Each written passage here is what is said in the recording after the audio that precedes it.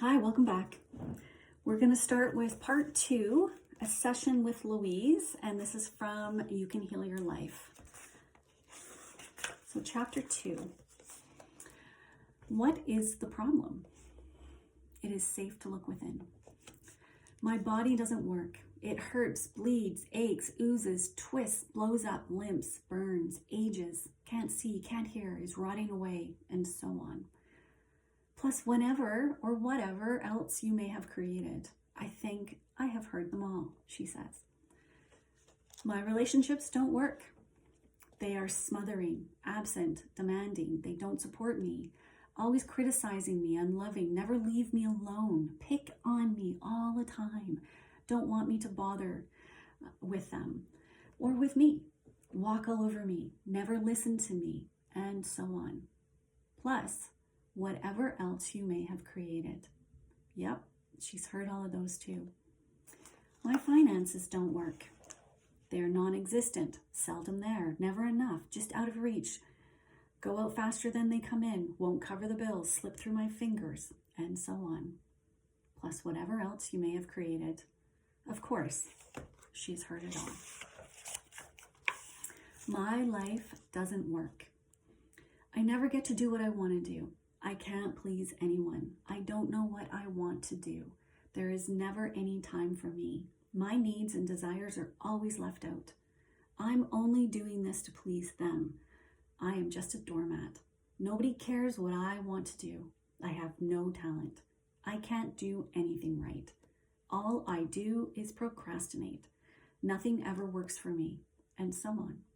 Plus whatever else you have created for yourself. All of these I've heard and more. Whenever I ask a client what is going on in his or her life, I usually get one of the answers that I just mentioned. Or maybe several of these answers. They really think they know the problem, but I know these complaints are only outer effects of inner thought patterns. Beneath the inner thought patterns is another deep, more fundamental pattern that is the basis of all the outer effects. I listen to the words they use as I ask some basic questions. What is happening in your life? How is your health? What do you do for a living? Do you like your work? How are your finances? How is your love life? How did the last relationship end? And the relationship before that, how did it end?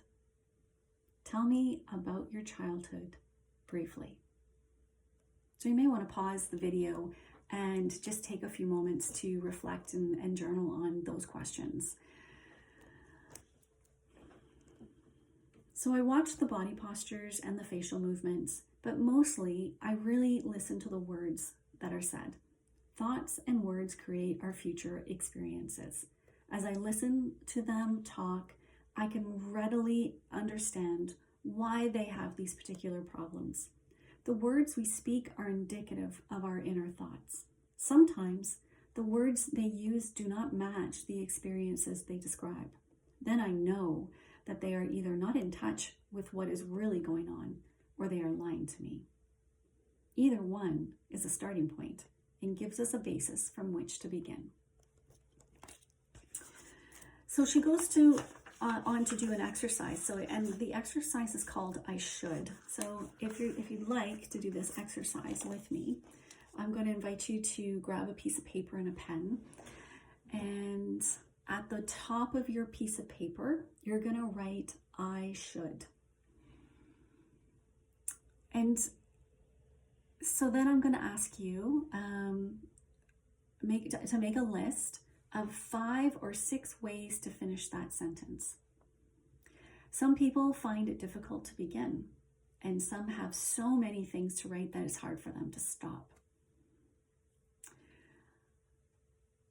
And then she asks the individual to read the list back to me at one at a time. So beginning the sentence, each sentence with I should. as they read each one, I ask why. So that's something that you could do on your own. So you could write 5 or 6 sentences that end or begin with I should. And then as you're reading them out loud, you could ask yourself, why? Why do I feel that? So here's some examples. My mother said I should because I'm afraid not to. Because I have to be perfect. Well, everybody has to do that. Because I am too lazy, too short, too tall, too fat, too thin, too dumb, too ugly, too worthless, right? So it started with, my mother said I should. These answers show me where they are stuck in their beliefs and what they think their limitations are. I make no comment on their answers. And when they are through with their list, I talk about the word should. You see, I believe that should is one of the most damaging words in our language.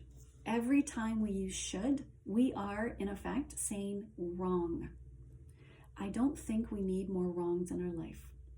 We need to have more freedom of choice. I would like to take the word should and remove it from the vocabulary forever. I replace it with the word could. Could gives us choice, and we are never wrong. I then ask them to reread the list one item at a time, except this time I begin each sentence by saying, if I really wanted to, I could, and then whatever you want to say. This puts a whole new light on the subject. As they do this, I gently ask them, why haven't you? Now we hear different answers. So just to refresh, if I really wanted to, I could. And then the next part of that is, well, why haven't you? So now we hear different answers. Well, I don't want to, or I'm afraid, or I don't know how, because I'm not good enough. We often find they have been berating themselves for years for something they never wanted to do in the first place.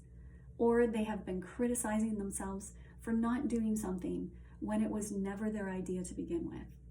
Often, it was just something that someone else said they should do. Can you think of a time? When they can see that, they can just drop it from the should list. What a relief that might be. Look at all the people who try to force themselves for years into a career they don't even like, only because their parents said they should become a dentist or a teacher or whatever. How often have we felt inferior because we were told we should be smarter, or should be richer, or should be more creative, like some relative? What is there on your should list that could be dropped with a sense of relief? By the time we have gone through this short list, they are beginning to look at their life in a new and different way. They notice that many of the things they thought they should do are things they never really wanted to do, and they are only trying to please other people. So many times it is because they are afraid or feel they are not good enough. The problem has now begun to shift. I have started the process of releasing the feeling of being wrong because they are not fitting into someone else's standards. So the next thing I do is I begin to explain to them my philosophy of life, as I did in chapter 1. I believe life is really very simple. What we give out, we get back. The universe totally supports each thought we choose to think and to believe. When we are little, we learn how to feel about ourselves and about life by the reactions of adults around us. Whatever these beliefs are, they will be recreated by experiences as we grow up. However, we are only dealing with thought patterns, and the point of power is always, always in the present moment. Changes can begin in this moment. Loving the self. I continue to explain that no matter what their problem seems to be, there is only one thing I ever work on with anyone, and this is loving the self. Love is the miracle cure. Loving ourselves works miracles in our lives. I'm not talking about vanity or arrogance or being stuck up, for that is not love. It is only fear. I'm talking about having a great respect for ourselves and a gratitude for the miracle of our body and our minds. Love, to me, is appreciation to such a degree that it fills my heart to bursting and overflows. Love can go in any direction. I can feel love for these things, the very process of life itself, the joy of being alive, the beauty that I see, another person, knowledge, the process of the mind, our bodies and the way they work, animals, birds, fish, vegetation in all forms, the universe and the way it works. What can you add to this list? So if you want, pause. I can feel love for, and just add to that list. What can you feel love for? Look at some of the ways we don't love ourselves. We scold and criticize ourselves endlessly. We mistreat our bodies with food, alcohol, and drugs. We choose to believe we are unlovable. We are afraid to change or charge a decent price for our services. We create illnesses and pains in our bodies. We procrastinate on things that would benefit us. We live in chaos and disorder. We create debt and burdens, and we attract lovers and mates who belittle us. What are some of your ways? How do you show? What are some of the ways that you don't love yourself? Can you add to that list? So if we deny our good in any way, it is an act of not loving ourselves. If we deny our good in any way, it is an act of not loving ourselves. I remember when a client I worked with who wore glasses. One day we released an old fear from childhood. The next day she awoke to find her contact lenses were bothering her too much to wear. She looked around and found her eyesight was perfectly clear. Yet she spent the whole day saying, I don't believe it, I don't believe it. And so the next day, she was back to wearing contacts. Our subconscious mind has no sense of humor. She couldn't believe she had created perfect eyesight. Lack of self-worth is another expression of not loving ourselves. Tom is a very good artist, and he had some wealthy clients who asked him to decorate a wall or two in their homes. Yet somehow he was always behind in his own bill paying. His original quote was never enough to cover the time involved to complete the work. Anyone who gives a service or creates a one-of-a-kind product can charge any price. People with wealth love to pay a lot for what they give or get. It gives the item more value. Some examples. Our partner is tired and grouchy, and we wonder what we have done wrong to cause it. He takes us out once or twice and never calls again. We think something must be wrong with us. Our marriage ends, and we are sure we are a failure. We are afraid to ask for a raise. Our bodies do not match those in Gentleman's Quarterly or Vogue magazine, and we feel inferior. We don't make the sale or get the part, and we are sure we are not good enough. We are afraid of intimacy and allowing anyone to get too close, so we have anonymous sex. We can't make decisions because we are sure they will be wrong. So how do you express your lack of self-worth?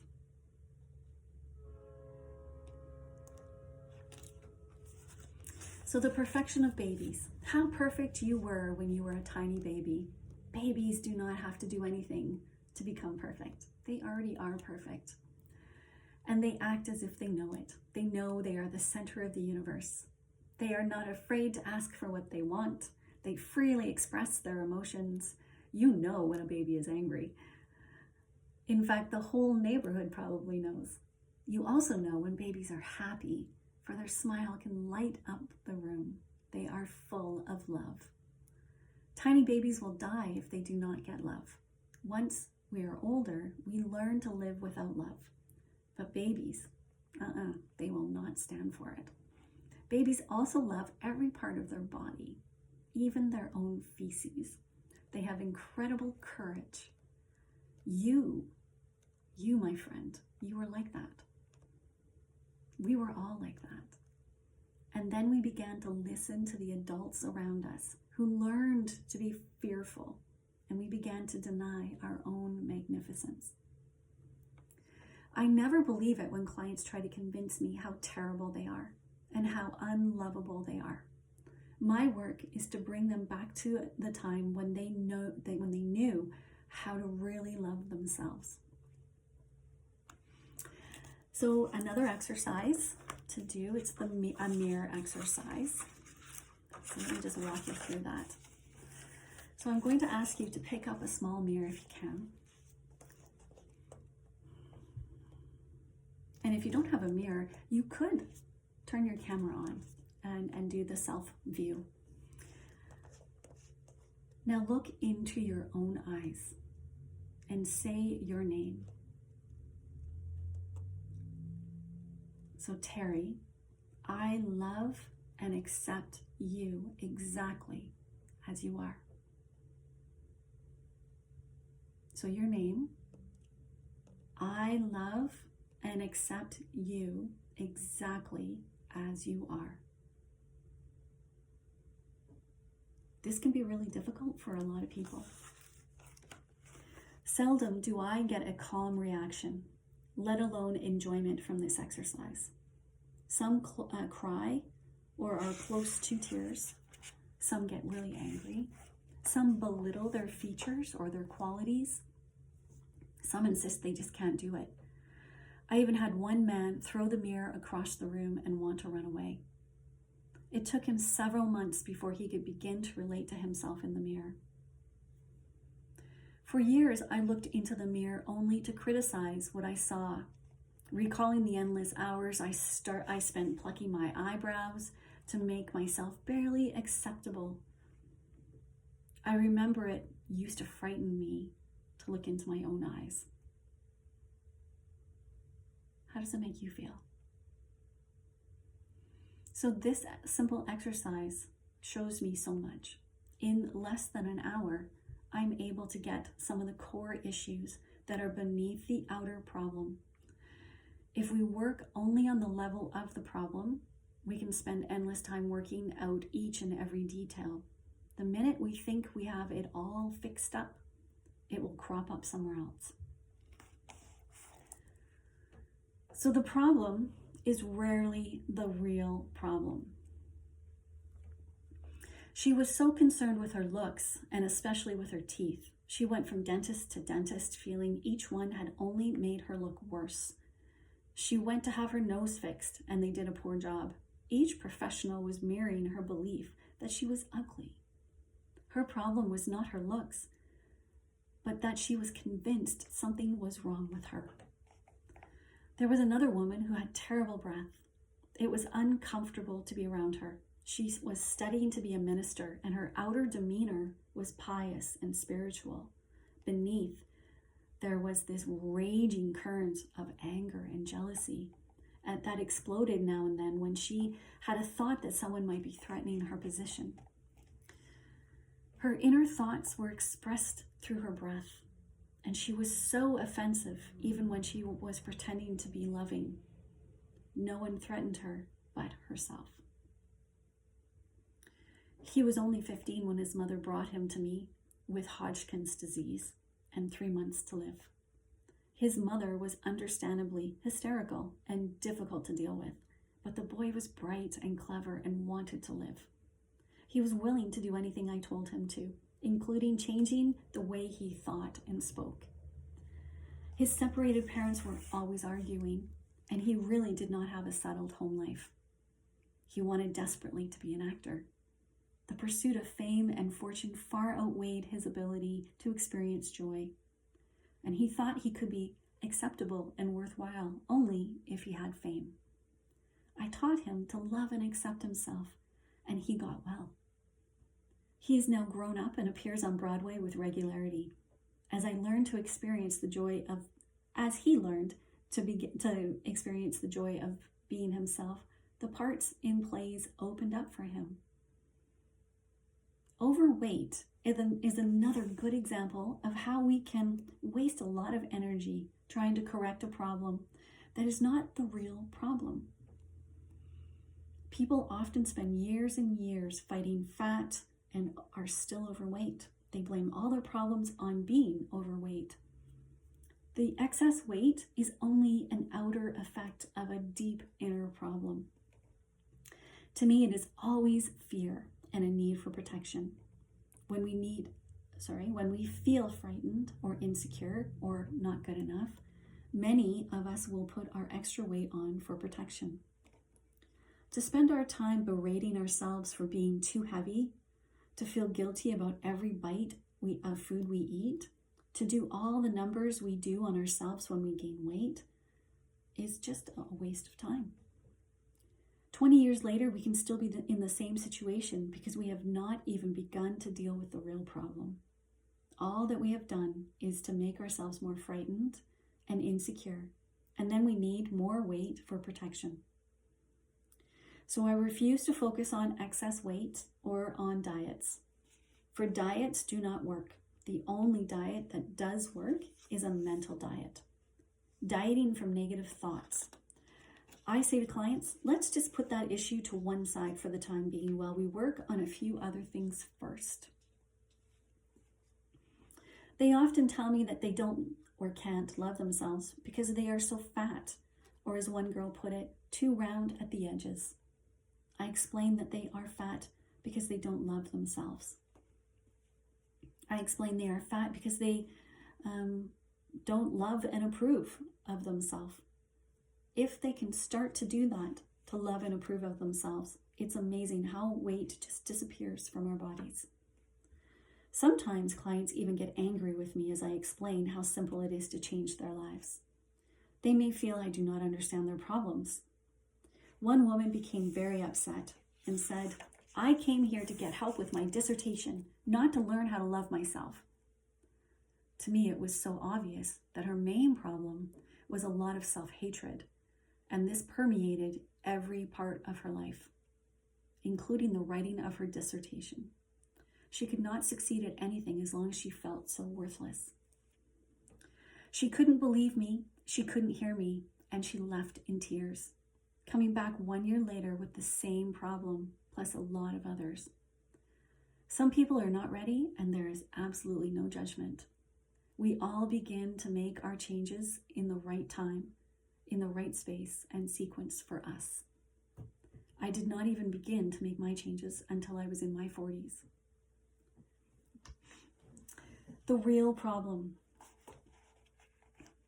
So here is a client who has just looked into the harmless little mirror, and he or she is all upset. I smile with delight and say, good. Now we are looking at the real problem. Now we can begin to clear up what is really standing in your way.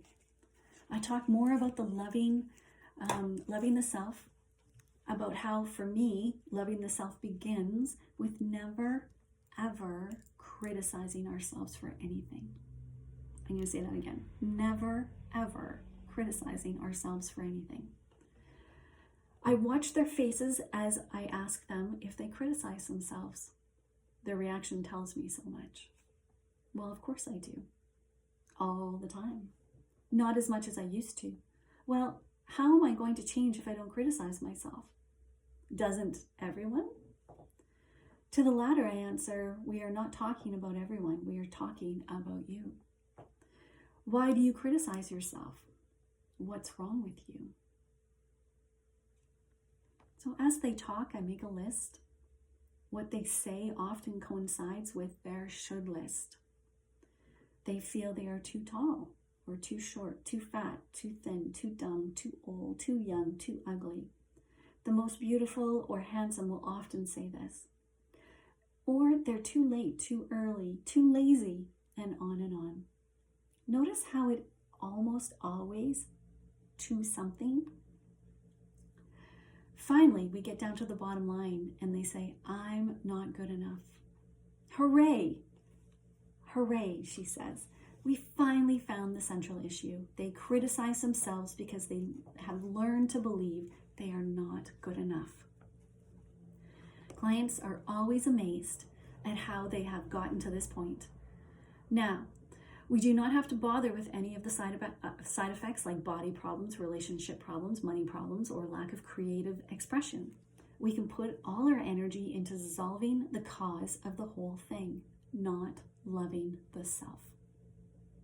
Exclamation mark. So that wraps up chapter 2, and we're going to finish up with a poem or a prayer.